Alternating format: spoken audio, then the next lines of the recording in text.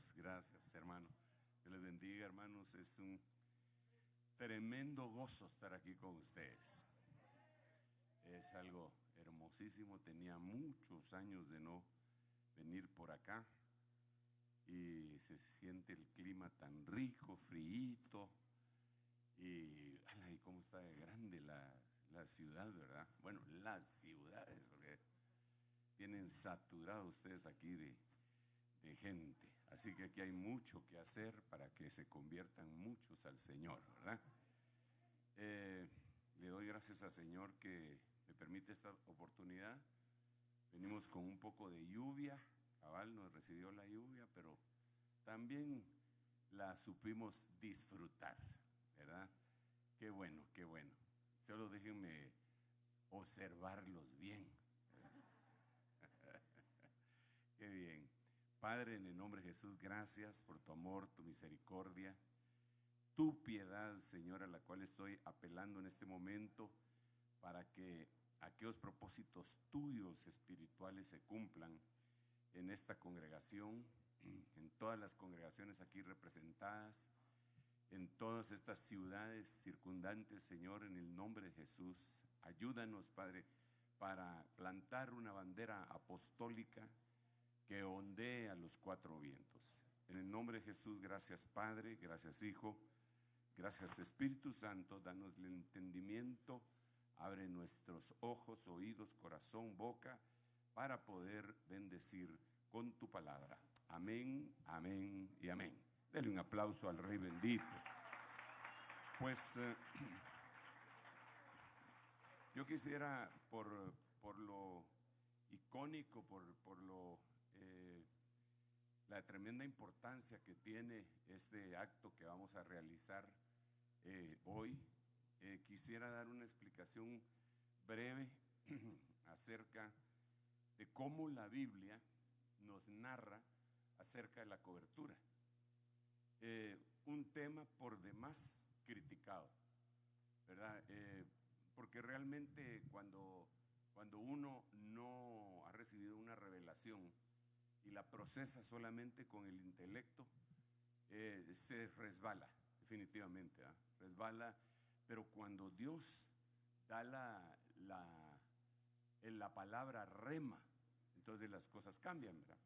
Sin embargo, nosotros vemos en la Biblia desde el principio, aunque no fuera por rema, pero se deja ver desde el principio que el hombre nunca pudo volver a tener comunión con Dios hasta que fue cubierto.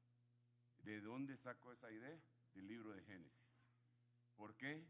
Bueno, pues lo que sucedió en Génesis fue que se quedaron desnudos, ¿verdad? Si usted se recuerda. Y al que, no tengas pena. No tengas pena, mi amor. Vos puedes hacer lo que querrás aquí.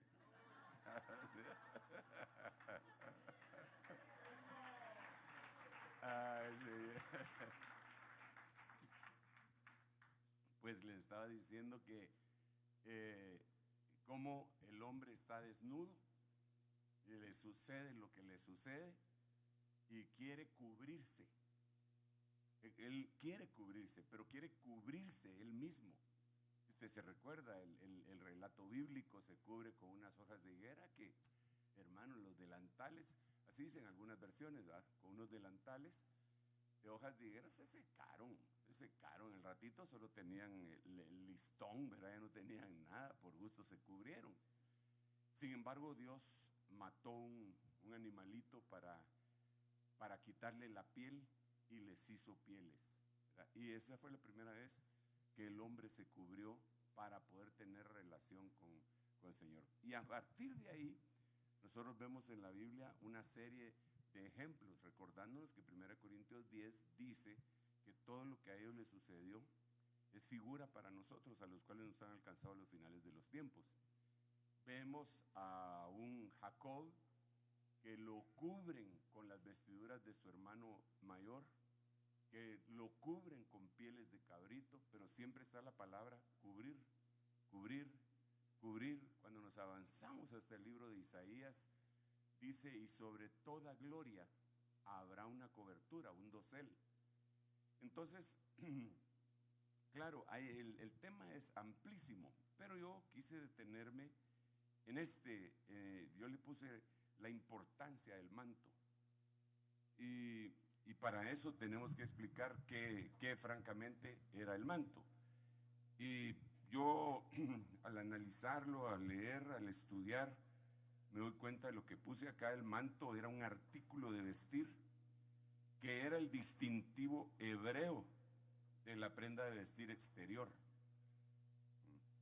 hecho de 2 piezas de lana espesa, cosidas juntas con aberturas para los brazos, y en el Antiguo Testamento usualmente era de colores brillantes. Pero el manto era para todos. Todo el mundo tenía que tener un manto. Nadie podía vivir sin manto. A tal punto, pero fíjese qué tremendo, porque si todo el mundo tenía que tener un manto, y el manto servía para cubrir, para poner para sobre la ropa, poderse poner un sobre todo, y todos lo tenían que tener. No importa su condición económica, todos lo tenían que tener.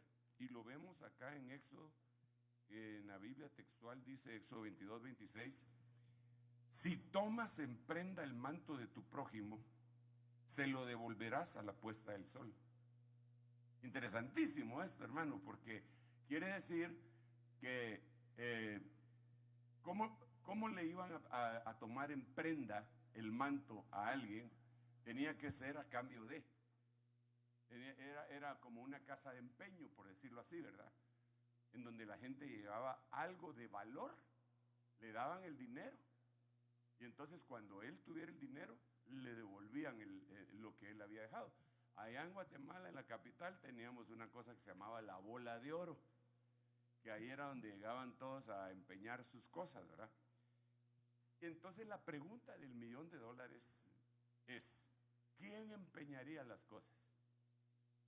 ¿Un pobre o un rico?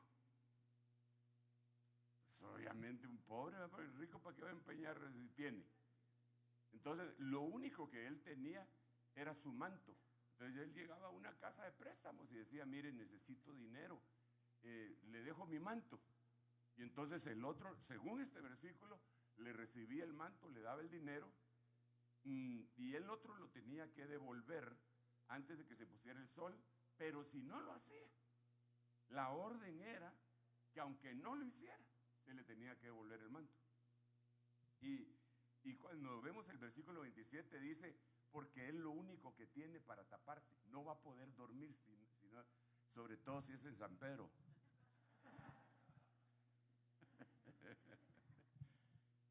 Entonces tenía que tener su manto. Pero ¿por qué resalto esto? Porque entonces todo el mundo tenía que tener un manto. ¿Y para qué servía el manto? Para cubrirse.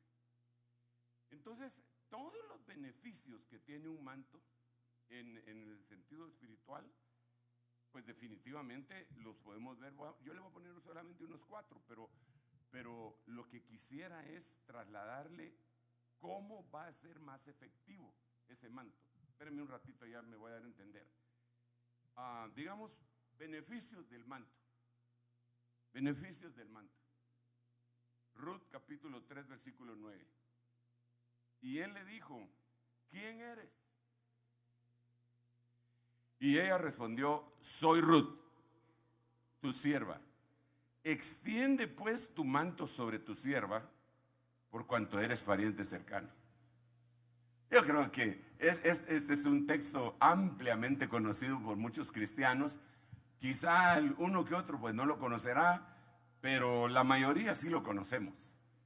Y aquí lo que sucedió fue que Ruth la moabita llega a la casa del pan como extranjera, como viuda, como pobre, como huérfana, como todo.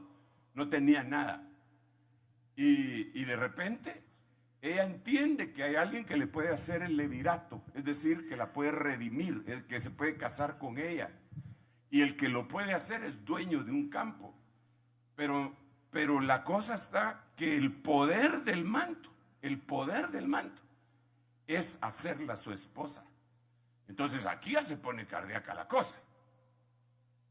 Por favor, hermano, Mire, yo creo que aquí sugiere algunas cosas muy importantes. No sé cómo me voy a atrever a decir esto, pero porque mucha gente no agarra todo el contexto de lo que uno dice y lo caricaturiza. Pero yo lo que logro ver ahí es que para poderse casar le tienen que extender el manto a uno. Lo voy a poner de otra manera. La iglesia del Señor Jesucristo, si no tiene un manto de cobertura, no se va a casar. Eso sí está cardíaco, eso sí está pesado. ¿Y por qué está pesado? ¿Sabe por qué? Porque usted mira la mayoría de iglesias cristianas, nacidos de nuevo, que son hijos de Dios y que van camino al cielo y todo lo que usted quiera, que no están cubiertos. Y entonces yo lo que puedo decir es, si no están cubiertos, no se van a casar.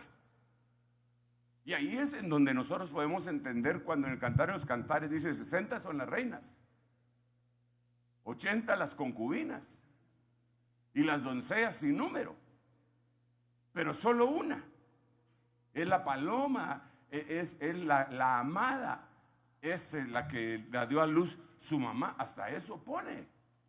Entonces la cobertura, el manto representa cobertura, no es cualquier cosa.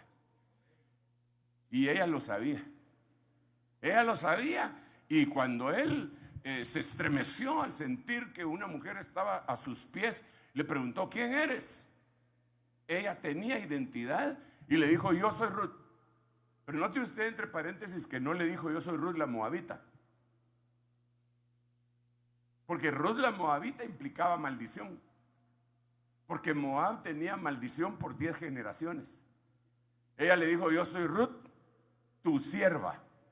Quitó la palabra Moab. Y entonces, como consecuencia de eso, yo ya sé quién eres tú. Tú eres mi Goel, tú eres mi pariente más cercano.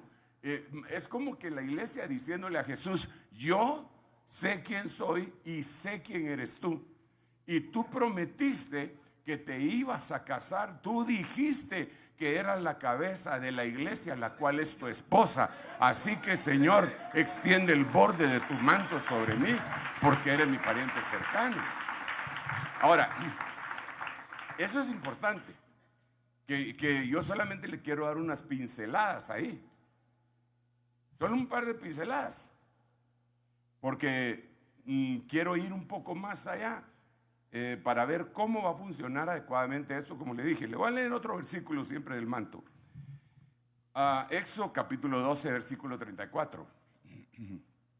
Tomó pues el pueblo la masa antes que fuera leudada en sus artesas de amasar, envueltas en paños, y se la llevaron sobre sus hombros. Pero esta palabra paños dice que las tomaron sobre sus mantos. Es decir, ahí está hablando de que el pueblo de Israel salió de Egipto y era apresurado, pero ellos ya habían estado trabajando en el pan. Ya tenían hecho su panito, pero no lo habían leudado. Entonces todo lo que habían trabajado, tiraron su manto, le echaron la masa del pan, lo envolvieron y se lo llevaron a cuestas. Más o menos como Santa Claus, ¿va? Lo llevaron sobre sus hombros, toda la masa.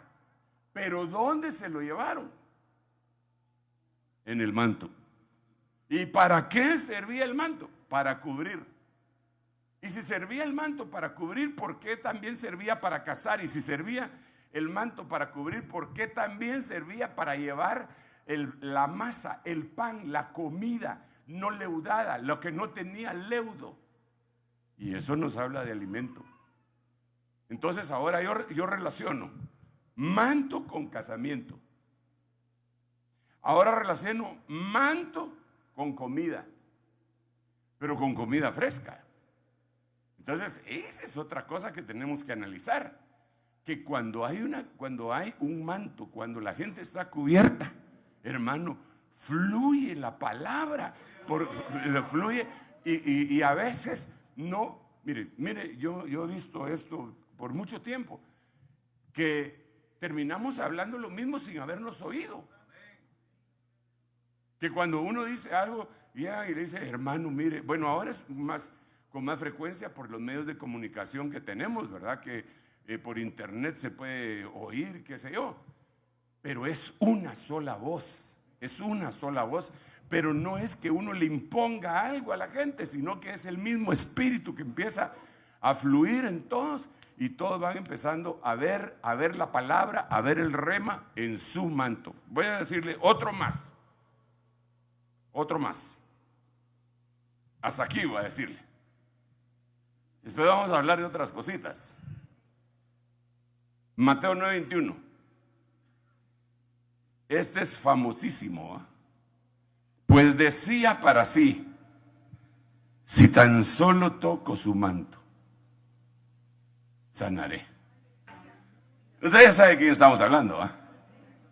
Estamos hablando de la famosísima hemorroísa. Aquella mujer que por 12 años había tenido hemorragia y la habían hecho pedazos. Dice que había gastado casi todo su dinero, sus recursos con los médicos y la habían hecho sufrir mucho. Y las consecuencias que se tenían higiénicas y legales eran terribles. Porque una mujer con flujo de sangre, lo que decía la ley, y ellos estaban viviendo en la ley en ese momento, es que lo que ella tocara lo dejaba inmundo.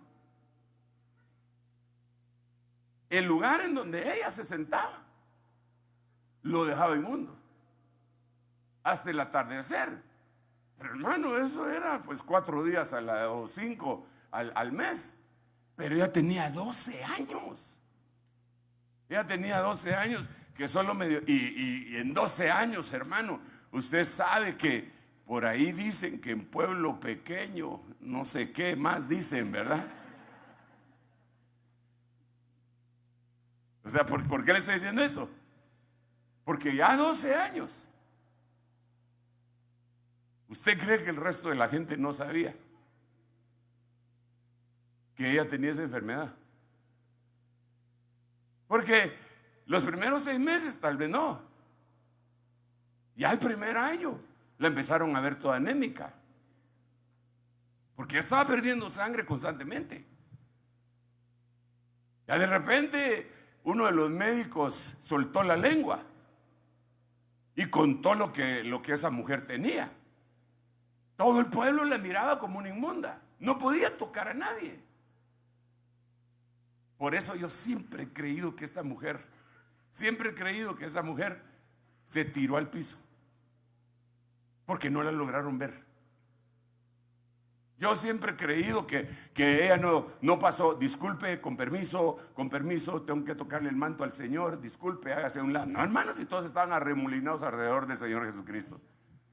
Yo lo que me imagino, si se vale imaginarse, es que se tiró al suelo y se empezó a arrastrar.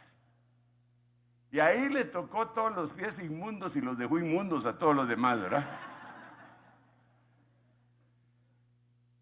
Y ella miraba el borde del manto y decía,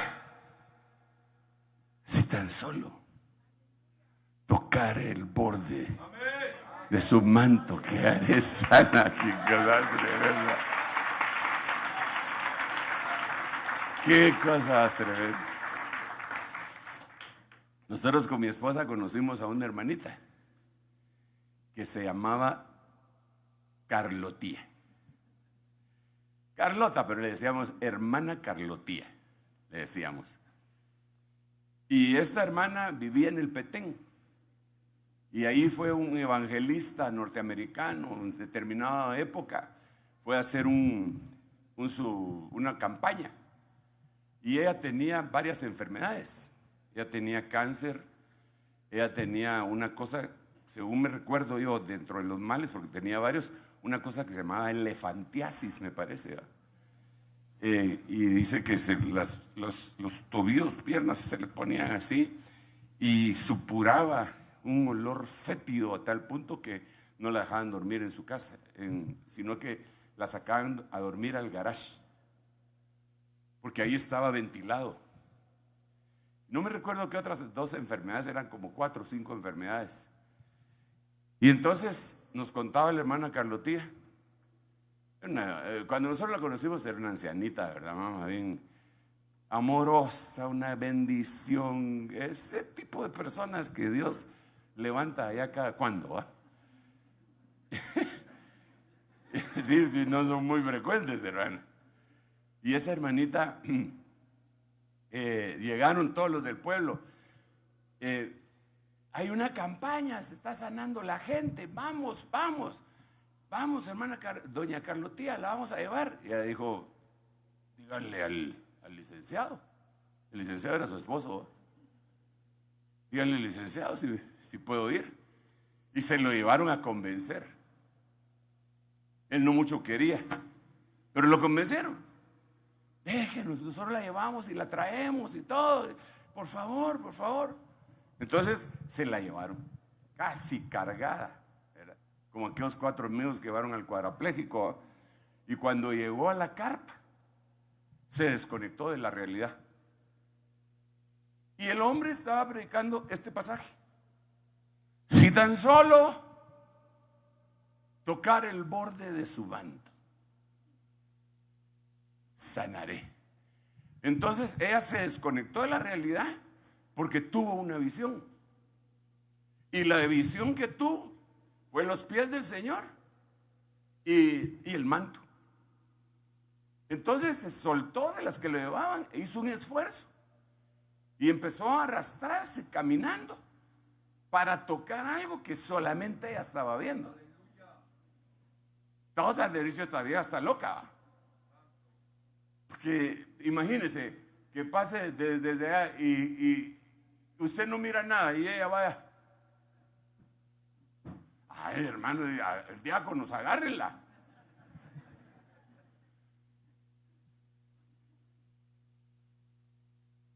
Y tocó el manto.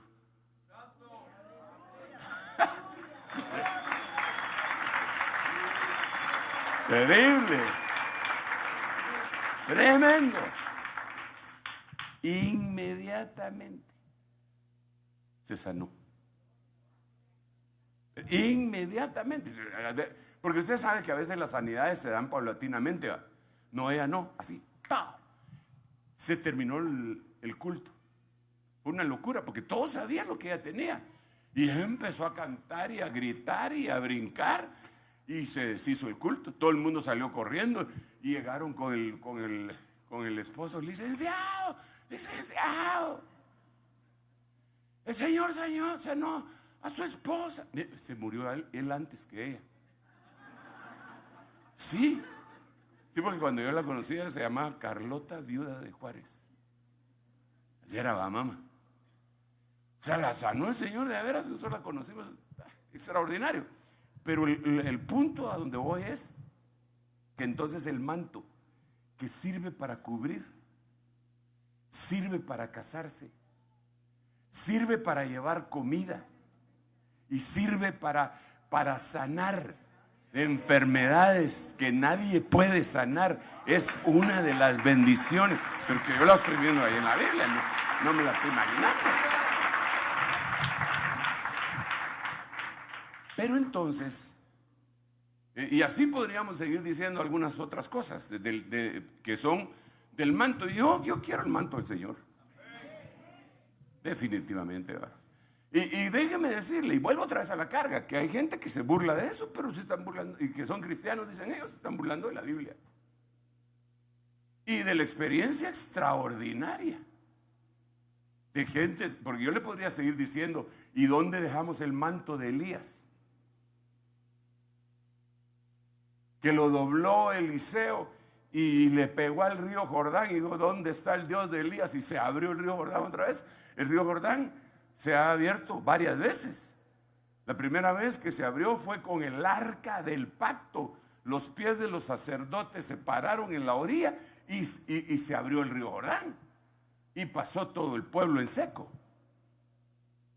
Pero otra de las veces que sucedió esto fue cuando Elías golpeó, y otra de las veces fue cuando Eliseo golpeó. Entonces, el abrir el río Jordán representa una nueva dimensión de doble porción. Eso también lo hace el manto.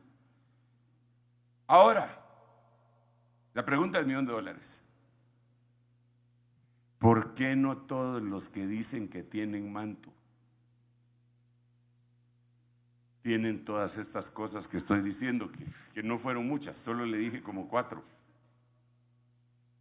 o 5. Y entonces me di cuenta de lo siguiente y se lo quiero compartir, porque hoy nosotros vamos a extender el manto apostólico sobre ese lugar. Así. Y el manto profético, evangelístico, pastoral y magistral. Pero lo que yo quiero hacerle ver es que existen ciertos requisitos que, así como uno recibe algo, también rechaza. Uno en la vida tiene la capacidad de recibir y de rechazar. Aún en lo espiritual. Aún en lo espiritual, le tiran una maldición y alguien la recibe, hermano, la cree. En cambio, otro que dice: yo renuncio a eso en el nombre de Jesús, yo no estoy recibiendo ninguna maldición, y a mí Dios me puso para bendición, y estoy bendecido sentado en los lugares celestiales, y se le deja venir el montón de versículos y no recibe la maldición. Pero hay gente que ahí un brujo o una bruja solo le pacha el ojo y ¡ay, me maldijo! Y no debería ser así. Entonces, nosotros, con permiso, hermano, nosotros debemos de recibir, pero también tenemos que rechazar. Porque si no, no va a funcionar. Miremos esto. Marcos 10:50. Y arrojando su manto, se levantó de un salto y fue a Jesús. No sé si todos estamos en autos de lo que estoy platicando aquí en este momento. ¿De qué estoy hablando? ¿Ah? No, pero de ese pasaje. Era un ciego. No hice bien la pregunta, perdón. Era un ciego. Y entonces, en la cultura hebrea, los mendigos tenían cierto distintivo, y su distintivo se lo ponían en el manto. Era como para identificarse. Era como aquella varita que los no videntes llevan así para identificar y para ver dónde se van a parar y todo, dónde van a caminar. Pero el que mira a alguien con un bastón de esos, lo identifica. Pues en ese tiempo lo que hacían era que se ponían un manto. Este manto yo le llamaría manto de la ceguera. Pero no solo manto de la ceguera. Aleluya. Tremendo. Era el manto de ser limosnero. Ese era el manto. Entonces ahora él está diciéndole al Señor que le ayude. Ayúdame, Señor, ayúdame, Señor. Y no le quieren hacer caso. Los discípulos lo quieren alejar un poco. Pero de repente el Señor le dice que venga. Y cuando el Señor le dice que venga, los que lo estaban diciendo que no se acercara, apúrate, ya te rayaste, ¿va? Entonces lo impresionante es que él, lo que más valía para él, porque de eso se mantenía, aparte que le servía para calentarse, se deshizo de él. De una vez agarró en su manto de limonero y dijo: ya no me sirve más esta cosa. Y lo tiró. Dale un aplauso al Rey bendito. Lo tiró. Aleluya. Pero mire, claro que eso se puede ver como un manto de ceguera, pero yo lo quiero enfocar en un manto de limonero. Porque ese es uno de los problemas con los que nosotros como ministros nos encontramos en las iglesias. Con gente que se victimiza tanto, que siempre quieren, siempre andan pidiendo limosnas. Y no estoy hablando de dinero solamente, pero siempre piden. Es más o menos como la sanguijuela que tiene 2 hijos, que dice: dame más atención, dame más. Al mismo ministro se lo dice, que exigen demasiado, como que si fueran el centro de todo. ¿Y sabe qué es el problema con eso? Que uno al servicio sí ciertamente va a recibir, pero más que todo va a dar. Eso no me lo inventé yo, lo dice la Biblia en 1 Corintios 14, 26, cuando dice: ¿qué hay pues, hermanos? Cuando os reunís, cada uno de vosotros tiene, y empieza a decir qué es lo que tenemos: 5 cosas: salmo, revelación, lenguas, interpretación, y dice cada uno. Entonces llegamos a la iglesia para dar lo que tenemos. Viene gente, hermano, que tiene una voz privilegiada y le cantan al Señor para darle alabanza a Él. Vienen con el propósito, tienen un don, un talento en diferentes cosas, porque en la iglesia se necesita tantas cosas de usted. Se necesita, no sé, audio, video, tantas cosas. Y siempre hay alguien que tiene el don, el talento, y él va a dar. Y el que da, nunca es limonero. Pero el que siempre, dame, ese tiene problemas. Y no me quiero detener mucho en ello, pero sí existe un serio conflicto. Ahí tendríamos que hablar de los limoneros espirituales. Digamos, uno de ellos que yo veo es Lázaro, que tenía llagas y los perros llegaban y le lamían las llagas y le causaban cierta sensación de bienestar. Y eso tiene una sombra, una figura de gente, Lázaros, ¿verdad? Que tienen algún malestar, y con la lengua de perros, cuidados de los perros. Como que, no hombre, si usted es buena gente, yo no sé por qué le va tan mal, y va a lamerle las heridas. Y el otro dice: ay, qué rico siento. Entonces, manto de ceguera. No, pero echémoslo bien. Manto de ceguera. Aleluya, muy bien. Denle otro aplauso a Rey bendito. Ahora mire pues. Entonces, yo quiero quedar bien claro en esto que estoy diciendo, ¿verdad? Que primero, para que el manto surta los beneficios que pues yo solamente puse de ejemplo unos pocos en principio del mensaje, hay que quitar lo que estorba. Hay que quitar lo que estorba. Hay que voltear la página. Cambiado el sacerdocio, se cambió la ley. Hay que cambiar. Eso es una de las cosas más difíciles, le quiero decir. Porque uno se acostumbra, uno primero tiene que desaprender para después aprender. Yo le ponía el ejemplo hoy en la mañana a los pastores allá en Guate de los que manejan auto estándar, mecánico, y que casi la mayoría se echan el clutch. Y les digo yo, ¿y por qué se lo echan?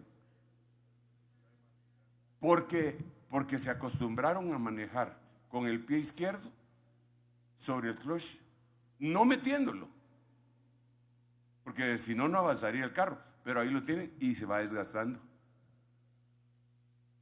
Y entonces uno les dice: se va a echar el clutch. Ay, sí, perdón, ya no lo voy a hacer. Y entonces ya casi se amarra su patita izquierda, ¿verdad? Para no hacerlo. Y después, al ratito, otra vez. Porque desaprender una costumbre es terrible. Entonces, desaprender, andar pidiendo solo para mí, solo para mí, solo para mí, solo para mí, no. Muy bien. ¿Seguimos? Sigamos pues. Miremos este. Ay. Deuteronomio capítulo 21, verso 13. Se quitará el manto de cautiva y durante un mes llorará en tu casa a su padre y a su madre. Pasado el luto, te unirás a ella. Serás su marido y ella será tu mujer. Qué duro eso a usted. Porque ahí estamos hablando de específicamente una especie de guerra en aquel tiempo en donde conquistaban y a uno le gustaba ahí una señora y la hacía su esposa, pero ella estaba recordando a sus papás. Entonces le daban un periodo. Ok, vas a llorar un mes. Y ya. Pero si lo explicamos, digamos en el área matrimonial, así pasa también. Lloran a su familia, a su papá y a su mamá, lo lloran toda la vida, lo lloran, hermano. ¿Cómo va a poder vivir junto con felicidad con su esposo si siempre está suspirando? Ay, mi papito no hacía eso.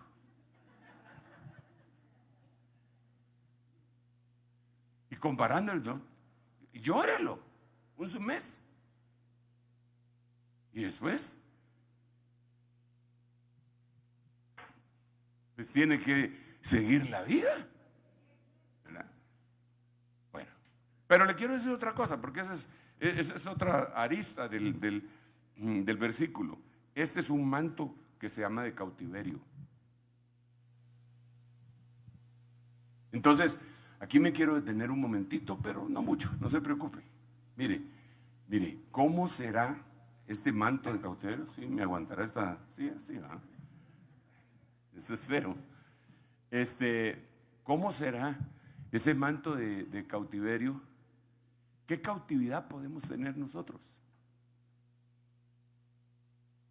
Porque, mire, digamos el medio ambiente donde nosotros nacimos y crecimos, la familia donde nosotros nacimos, el país en donde nosotros nacimos, la iglesia, la primera iglesia donde nosotros estuvimos, todo eso nos deja una marca.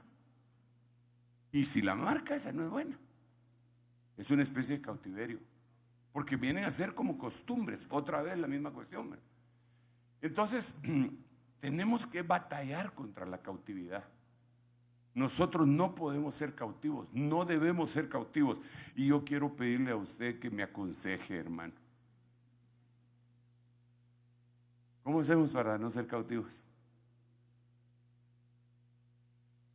Piense, le decían a Jimmy Neutron, ¿no? Piense.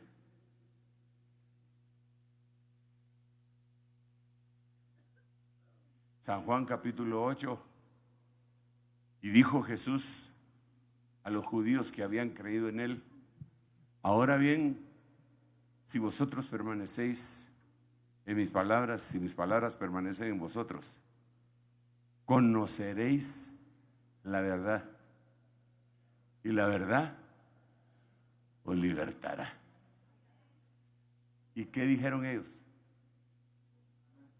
Miren lo que dijeron: nosotros nunca hemos sido esclavos de nadie. O sea que el primer punto que uno debería de considerar es si tenemos algún tipo de cautividad. Que pueden ser cautividades de las más chistosas o ridículas. Yo conocí a un pastor, lo voy a contar porque él lo contó en un mensaje. Así que cuando lo contó en el mensaje, le quitó el copyright. Dice que él, y a un hombre adulto, gerente de una compañía, licenciado en administración de empresas, con una buena posición intelectual, económica. Y él dice que él llegaba a su casa ya de noche, porque trabajaba bastante, ¿verdad? Entonces llegaba, metía su carro en el garage y no lo apagaba, no apagaba las luces del auto, porque entonces se bajaba, encendía las luces del garage, entonces ya regresaba, apagaba el carro y apagaba las luces, y después se metía en la sala, encendía las luces y regresaba y apagaba la del garage, y entonces después subía y así. O sea, cualquiera diría, es que él no podía vivir en la oscuridad. Así lo que le tenía era miedo. Tenía miedo a la oscuridad. Y un hombrón. Eso es una cautividad. Y a veces uno, hermano, acostumbra a los patojitos, ¿verdad? Y más los asusta porque le pone aquella lucecita del Mickey Mouse ahí. Y en la noche cuando se despierta, el patojo mira una gran orejota.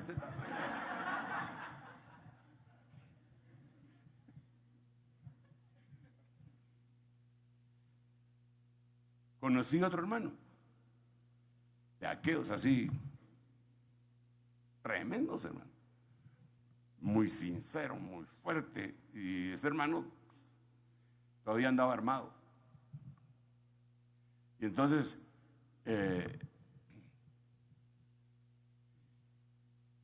le tenía miedo a las ratas. Pero así pánico. Entonces digo yo, disculpe, esa es una marca. ¿Dónde se la consiguió? Entonces lo primero que deberíamos de hacer nosotros no es lo que hicieron los judíos, porque los judíos dijeron jamás hemos sido esclavos de nadie, sino que deberíamos de evaluar y decir, ¿no será que yo tengo cierto tipo de esclavitud?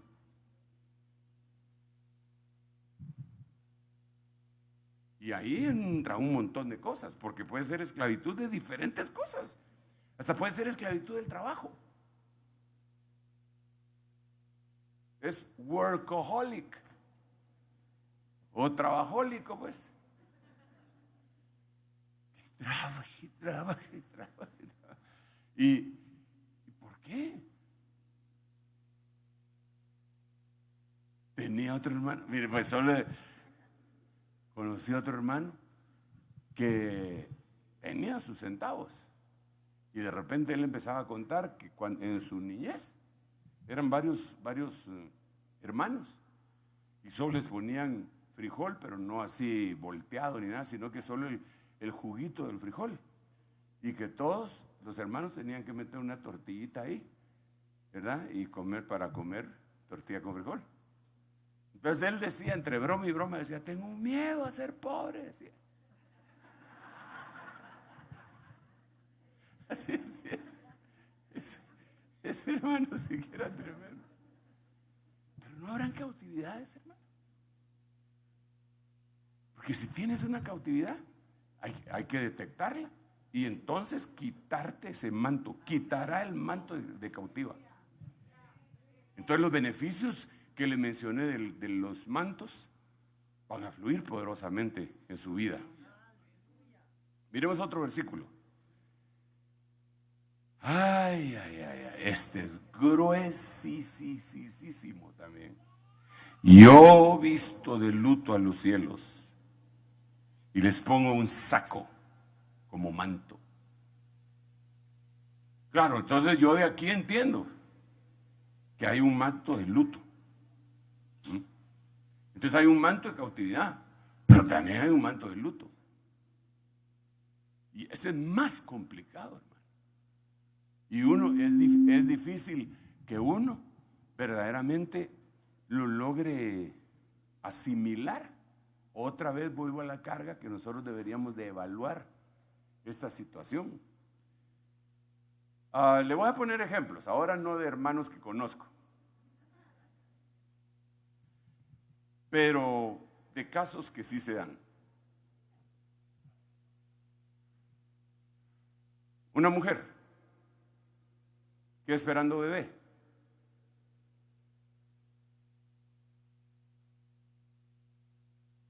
En el 4º mes del embarazo sufre un aborto espontáneo y su bebé muere.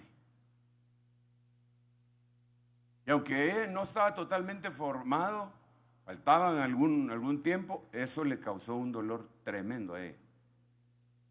Terrible. A la pareja. Pero yo creo que al varón no le afecta de la misma manera. Sobre todo en ese estadio de la vida. Y entonces ella se envuelve en un manto de luto. Y ahora, como son jóvenes, van a tener otro hijito. Y el manto de luto no le permite a ella disfrutar su embarazo. Porque está constantemente, me va a volver a pasar lo mismo. La vez pasada, cabal, estos piquetazos eran los que yo sentía la vez pasada. Y ahora otra vez los estoy sintiendo. Y entonces se envolvió de un manto de luto. Pero yo le puse un ejemplo que es bien complicado, hermano, definitivamente. Perdone que lo ponga, pero es solamente para darme a entender. Pero le voy a decir otra cosa. Y a la gente que sí se le murió ya a alguien que ya lo conocía, que ya era grandecito, el esposo. Se le murió el esposo en el COVID.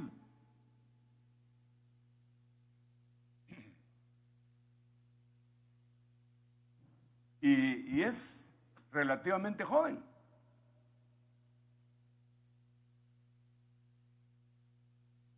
Se le acerca a alguien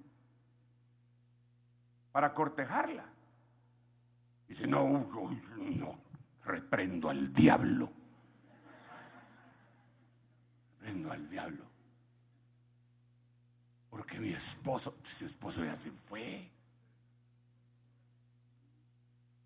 Eso dice la Biblia. Perdón, hermanos, yo no les sé nada a ustedes. Pero la Biblia del apóstol Pablo dice, quiero pues que las viudas menores de 60 años se casen, tengan hijos y gobiernen bien su casa. Pero ahora resulta que entonces, como se envolvieron en un manto de luto, todavía tiene todos los tacuches del varón en su closet. Y todavía le dice, ay, yo como siento la presencia del finado. ¿Cómo no va a sentir la presencia del finado, no? Si ahí tiene los perfumes, ahí tiene los tacuches, ahí tiene todo. Pero eso es bien delicado, porque eso tiene que ser un rema en donde la persona diga, bueno, hasta aquí. Tengo un versículo,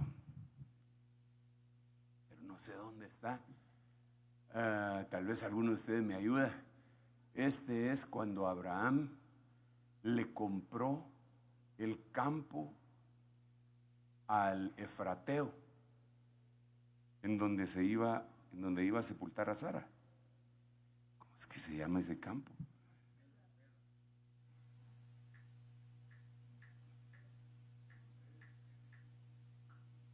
¿Génesis qué tú?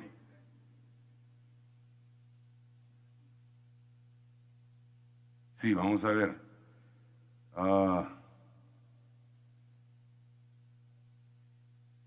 Es que 17,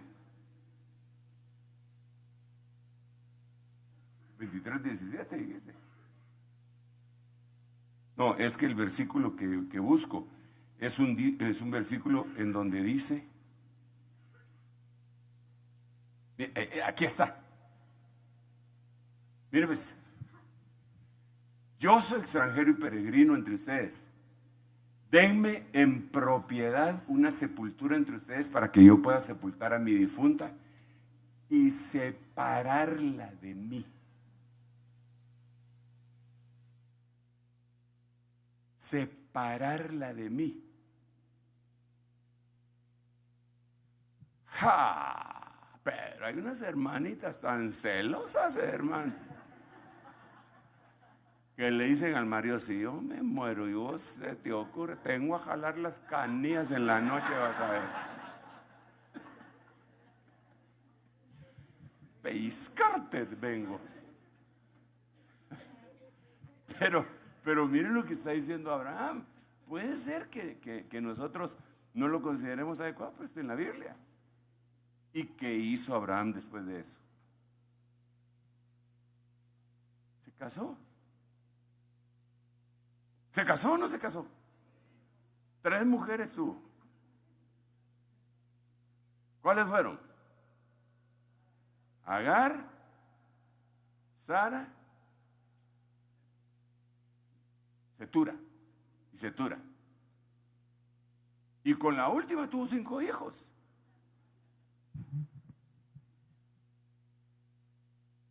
Y Sara ya lo había descalificado. ¿O no?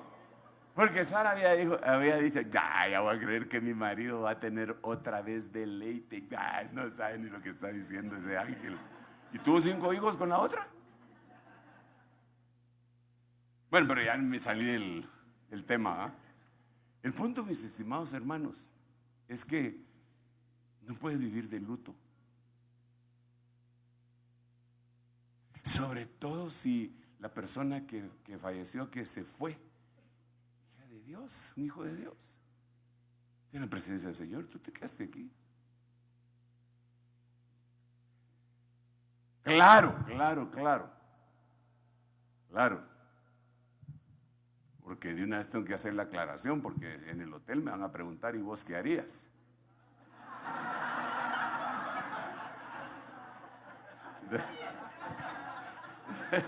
Entonces,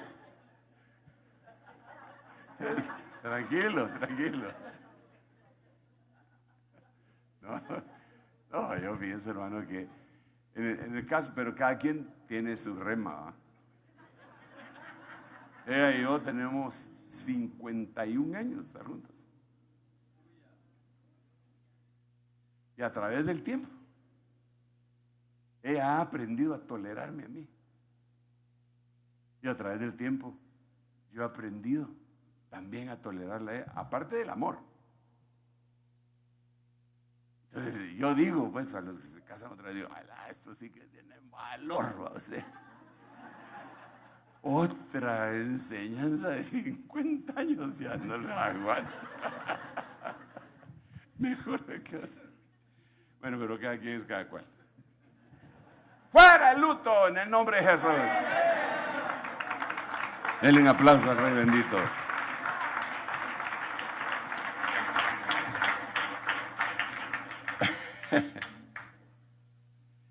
Además, nosotros tenemos un trato que nos vamos a ir juntos con el Señor.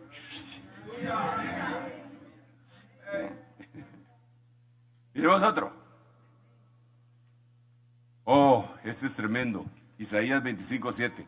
Y eliminará en este monte el velo que cubre el rostro de todos los pueblos y el manto que recubre a todas las naciones.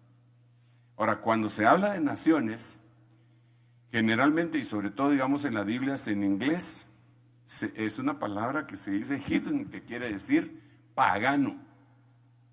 Es un manto de paganismo. Pero aquí yo le puse manto de las naciones, pero el manto del paganismo. Manto del paganismo. Hermano, otra vez me voy a meter en un lío. Pero recuérdese, lo primero que le empecé a decir es: viene un manto nuevo sobre tu vida. Ese manto va a traer el casamiento, ese manto va a traer el alimento, ese manto va a traer, aunque ya lo tengas, ese manto va a venir a reforzar y va a sanar, ese manto va a hacer tantas cosas. Pero tenemos que quitarnos el otro manto. como ese es un manto de paganismo, yo sí miro un montón de iglesias, pero bien paganas, cristianas. Sí, para el mentado carnaval, hasta en la iglesia se tiran cascarones de harina.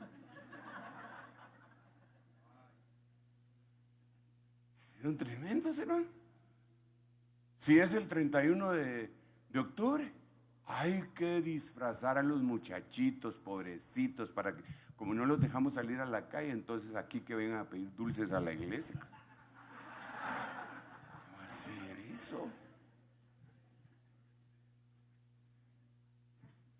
¿Y dónde deja la Navidad? Pero con eso sí no me meto yo. Porque eso sí jalarle la cola al tigre con los hermanos, hermano. A la Navidad no me la va a tocar, hermano apóstol. Vaya pues, está bueno. Pero yo le puedo demostrar históricamente, bíblicamente, que es una fiesta pagana. Y también lógicamente. Pero el que no quiere. ¿Por qué? Porque estaba íntimamente ligado también con el manto de las costumbres y de la esclavitud y del paganismo.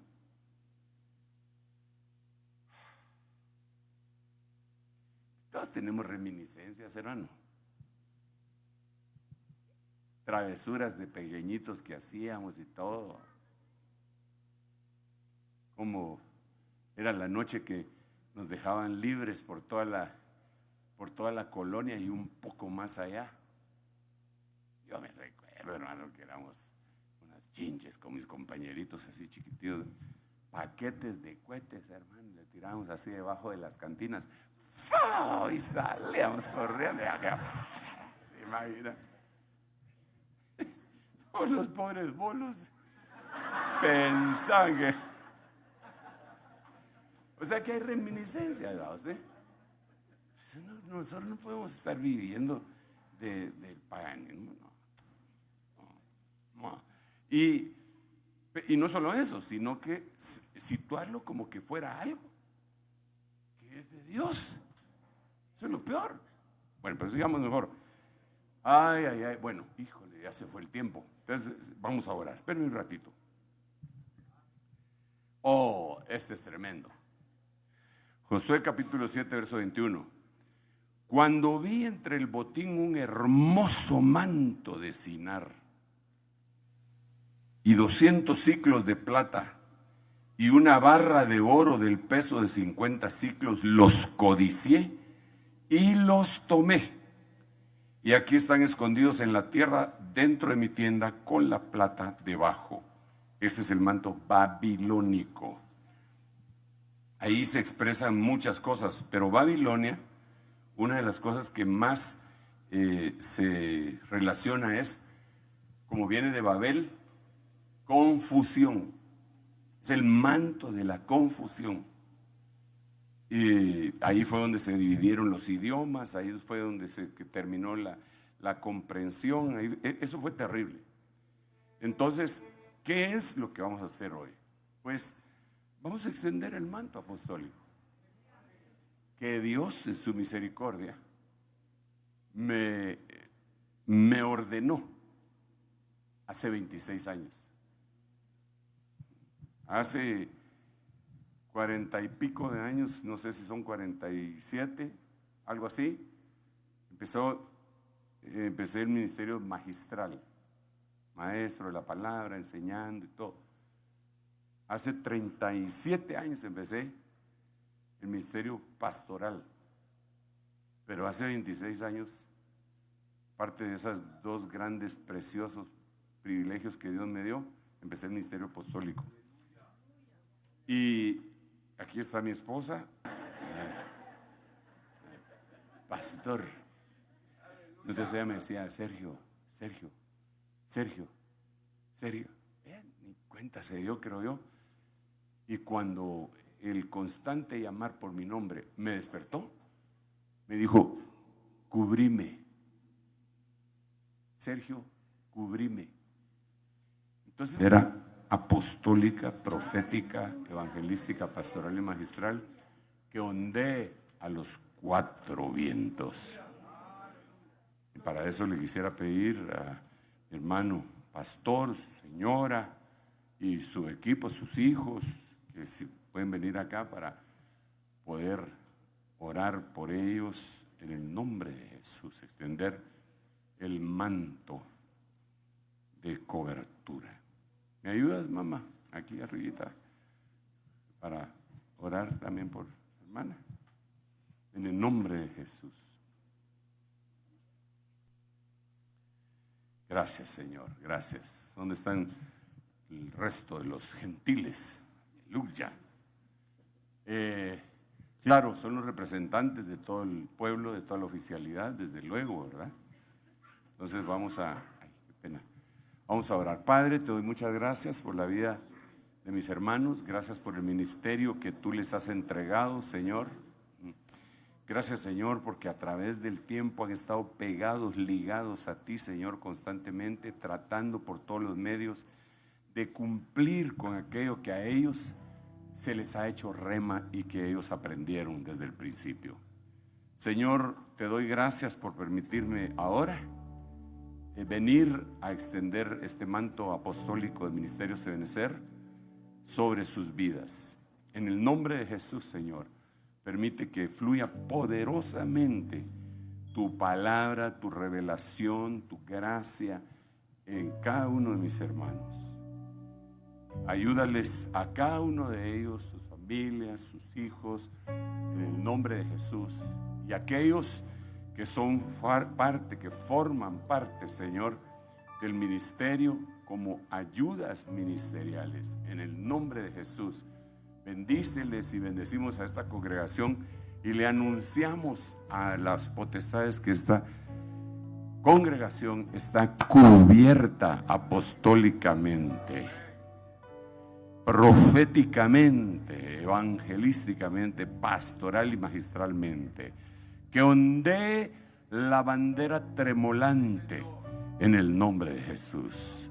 Gracias, Padre, gracias, Hijo, y gracias, Espíritu Santo. Amén, amén.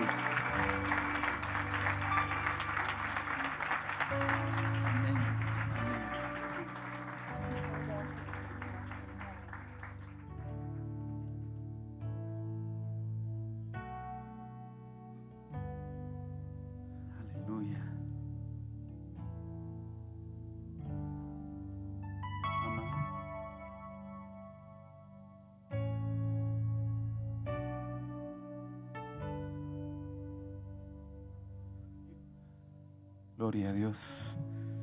¿Por qué no levanta sus manos? Y también todos somos parte de esta bendición, y los que ya están bajo la cobertura de Ministerios Ebenecer, podemos ser bendecidos a través de un hombre que Dios ha levantado con el temor de Dios, con la revelación de la palabra de Dios. Levante su mano y dígale gracias, porque tenemos cobertura, tenemos Padre espiritual. Y estamos seguros que tú, Señor, pronto vienes por esa iglesia que se está preparando y que está cubriéndose bajo el manto. Aún en Génesis 24, cuando Rebeca se cubrió con el manto, cuando vio a su amado, nosotros hoy recibimos esta bendición. Gracias, Padre, por esa cobertura, gracias por esa bendición. Bendice a tu pueblo, Señor. Bendice a los que, Señor, reconocemos por revelación que tú has levantado hombres de Dios para bendición de nuestras vidas, para bendición de la iglesia, para preparar a la iglesia para ese pronto arrebatamiento. Será la trompeta que estará sonando en este tiempo final. Gracias, Señor amado. Bendice a tu pueblo, a los pastores, a los ministros tuyos, Señor, que han venido, que han hecho viaje.